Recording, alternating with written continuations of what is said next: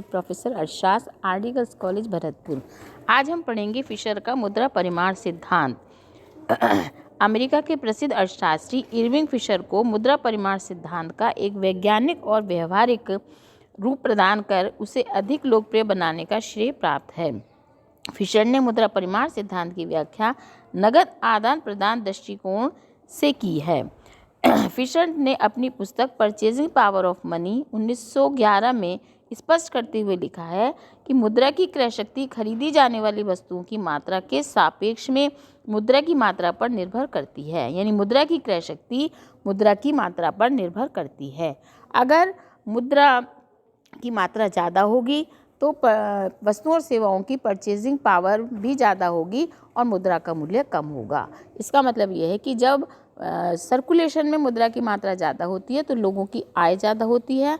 आय ज़्यादा होने से लोग ज़्यादा वस्तुओं की डिमांड करते हैं और ज़्यादा वस्तुओं की डिमांड करने से, क्योंकि वस्तुओं का उत्पादन उस अनुपात में नहीं बढ़ा है जिस अनुपात में मुद्रा की मात्रा बढ़ी है, तो उससे वस्तुओं और सेवाएं महंगी हो जाती हैं और मुद्रा का मूल्य कम हो जाता है। अर्थात अन्य बातों के समान रहने पर यदि मुद्रा की मात्रा दुगनी है तो मुद्रा का मूल्य आधा होगा और मुद्रा की मात्रा आधी है तो मुद्रा का मूल्य दुगना होगा। इसका अर्थ ये है कि मुद्रा की मात्रा बढ़ने पर मुद्रा का मूल्य कम होगा और मुद्रा की मात्रा अगर दुगनी होती है तो मुद्रा का मूल्य आधा रह जाएगा।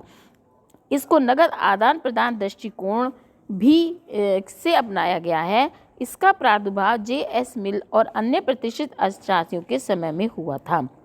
इरविंग ने अपनी प्रसिद्ध पुस्तक परचेजिंग पावर ऑफ मनी 1911 में इसको स्पष्ट किया है।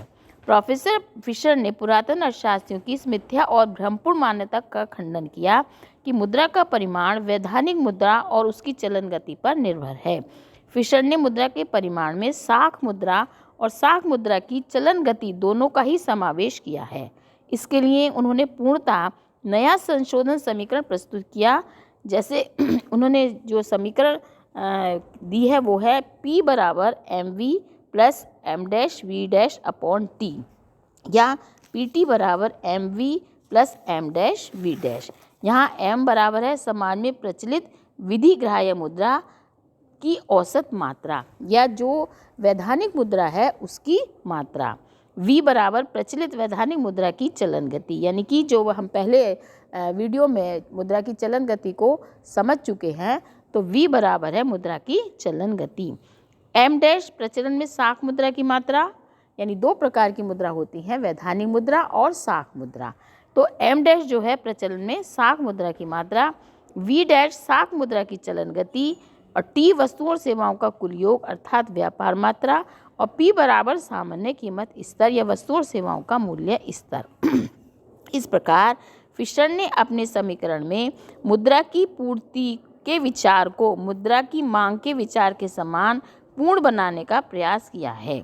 यानी इसमें mv plus m dash v dash को व्यक्त किया है और दूसरे भाग में pt द्वारा बताया गया है।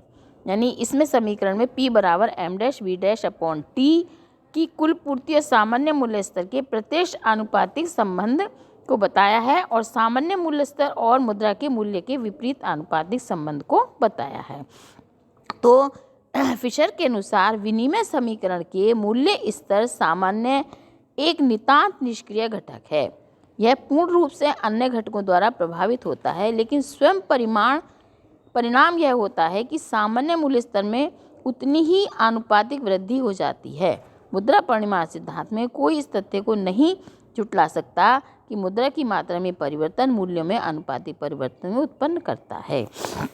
अब हम इस समीकरण को सिद्धांत के रेखा चित्र के माध्यम से समझेंगे, जिसमें OX अक्ष पर मुद्रा की मात्रा और OY अक्ष पर सामान्य कीमत स्तर को दर्शाया गया है।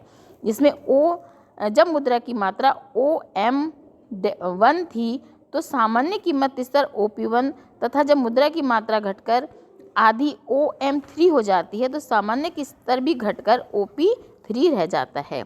इसके विपरीत जब मुद्रा की मात्रा OM1 से बढ़कर OM2 अर्थात दुगनी हो जाए तो सामान्य कीमत स्तर OP1 से बढ़कर OP2 और दुगना हो जाता है। यानी Q1, Q2, Q3 मिला देने पर जो वक्र OL प्राप्त होता है वो मुद्रा के मात्रा के परिवर्तनों और मूल्य परिवर्तनों के पारस्परिक संबंध को दर्शाता है। इससे मुद्रा की मात्रा तथा मूल्य स्तर में प्रत्यक्ष आनुपातिक संबंध दिखाया गया है। यानी कि मुद्रा की मात्रा और मुद्रा के मूल्य में प्रत्यक्ष आनुपातिक संबंध होता है। फिशर के मुद्रा परिमाण सिद्धांत की मान्यताएं।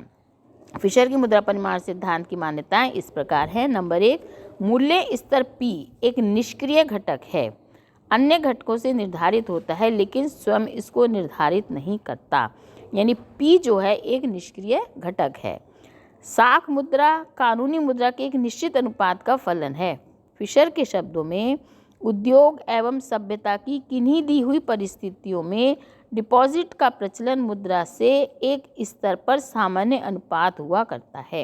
अतः साख मुद्रा को सम्मिलित करने से मुद्रा और मूल्यों के परिमाणात्मक संबंधों में सामान्यता कोई विघ्न नहीं होता। तीसरा, मुद्रा मूल्य में परिवर्तन का चलन गति पर सामान्यतः कोई प्रभाव नहीं पड़ता, अर्थात V और V' स्थिर रहते हैं और वो मुद्रा की मात्रा घटे या बढ़े, लेकिन मुद्रा का चलन वेग और साख मुद्रा का चलन वेग स्थिर रहता है। यानी मुद्रा के चलन वेग को और साख मुद्रा के चलन वेग को फिशर ने स्थिर मान लिया है। व्यापार की मात्रा भी मुद्रा की मात्रा में परिवर्तन से प्रभावित न होकर स्थिर रहती है और T जो है ये व्यापार की मात्रा भी यानी उत्पादन की मात्रा भी स्थिर रहती है। इस तरह से M', V, V', T आदि समस्त घटकों को फिशर ने अन्य बातें समान रहने से की उक्ति देकर इनको क्या मान लिया है, स्थिर मान लिया है। यानी कि मुद्रा की क्रय शक्ति और मुद्रा की मात्रा में प्रत्यक्ष आनुपातिक संबंध स्थापित किया है।